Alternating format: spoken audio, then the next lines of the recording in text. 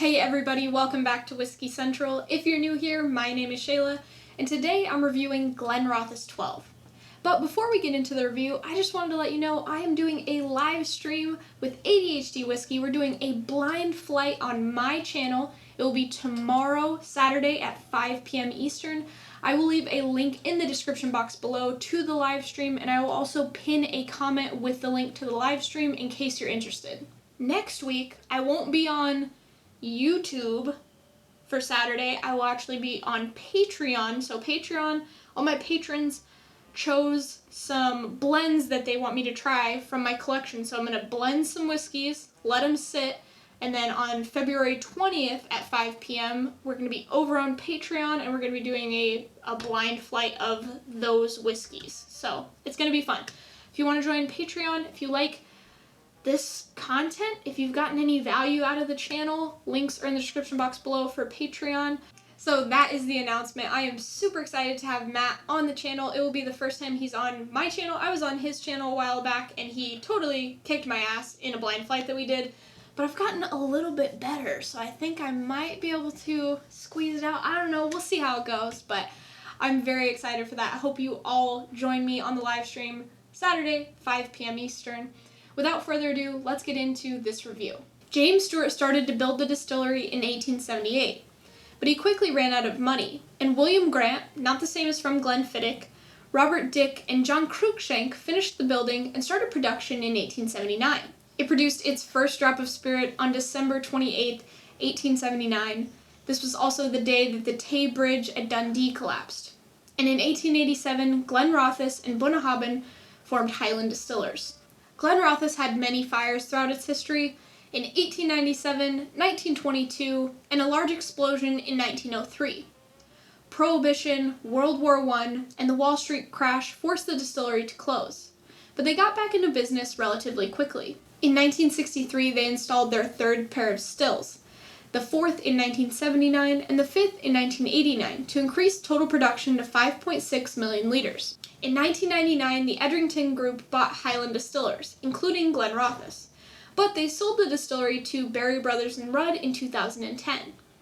But in 2017, Edrington bought Glenrothes back from the Berry Brothers. Glenrothes used to only release vintages and not age statements. It's fed by the Rothes burn, and while their malting isn't done in-house, they do have their own cooperage, which is not too common in today's times.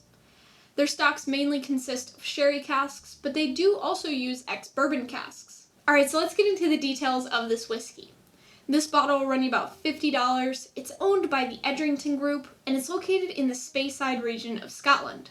It's 12 years old, 40% ABV, and it's made from 100% malted barley. It's aged exclusively in sherry casks, it's non-colored, and it's chill filtered. Alright, well, I'm going to pour a dram of this, let it sit for about 10 minutes, and I'll be right back.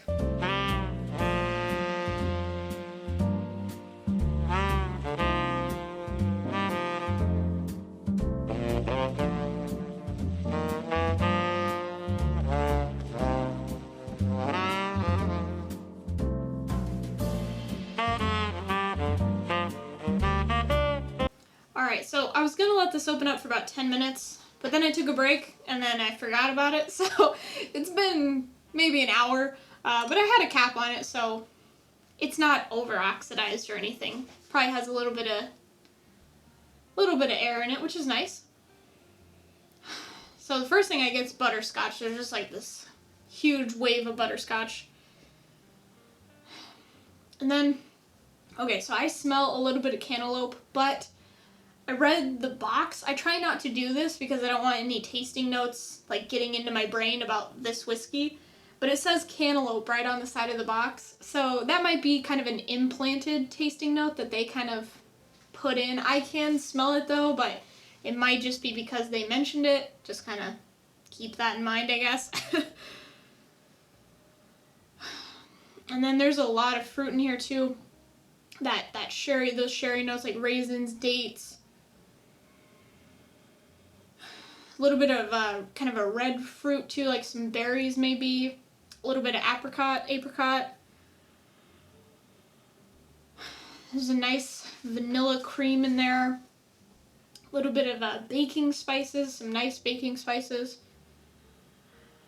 And then I get a little bit of tobacco, just a little bit, faint kind of hint. All right, let's go on the palate. Cheers, guys. So it's, oh God. So it's sweet, nutty, a little bit of that dried fruit, a little bit of butterscotch, then a little bit of oak. Definitely not over oak, just kind of a little light oak spice. Let's go for another sip. Cheers. Man, this is, I don't know if it's just because it's been sitting for a while. This is better than actually I said for my recommendation. Might have to change my recommendation a little bit.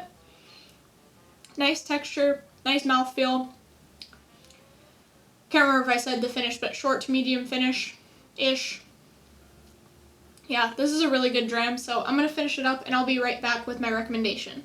I enjoy this whiskey, but I think for $50 the presentation is a little bit lacking. I think this whiskey at 43 or 46% would be a lot better. And if you're going to spend $50 or up for a 12-year sherried Scotch, I would get something like the Glenmorangie La Santa. If you like this whiskey, I would recommend getting something like an Aberlour 12 or an Aberfeldy 12. Thanks for joining me on this episode of Whiskey Central. Next week, I'll be reviewing Woodford Reserve Double Oaked, so if you don't want to miss out, make sure to hit the subscribe button and turn on notifications. I hope you enjoyed this review. If you did, leave it a like. Thanks for watching, and I'll see you next week.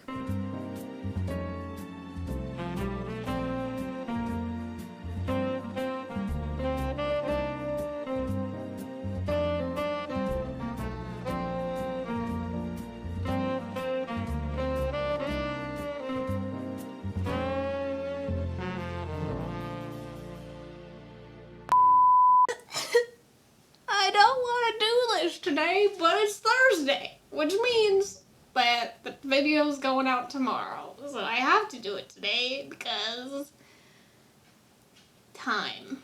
Before we get into the review, I just wanted to let you know, nope, no, oh God, it's so painful. Oh, it's so painful. Okay. Before I get into the review, why can I not say words? Oh, goodness. Okay, we're just gonna go with that. I will cut whatever I need to fucking cut. Okay. Why can I not get this? I don't know. I'm going to turn off the camera. There. Okay, let's go again. Oh my God. My goodness gracious. Okay. That was my impression of Bill Cosby.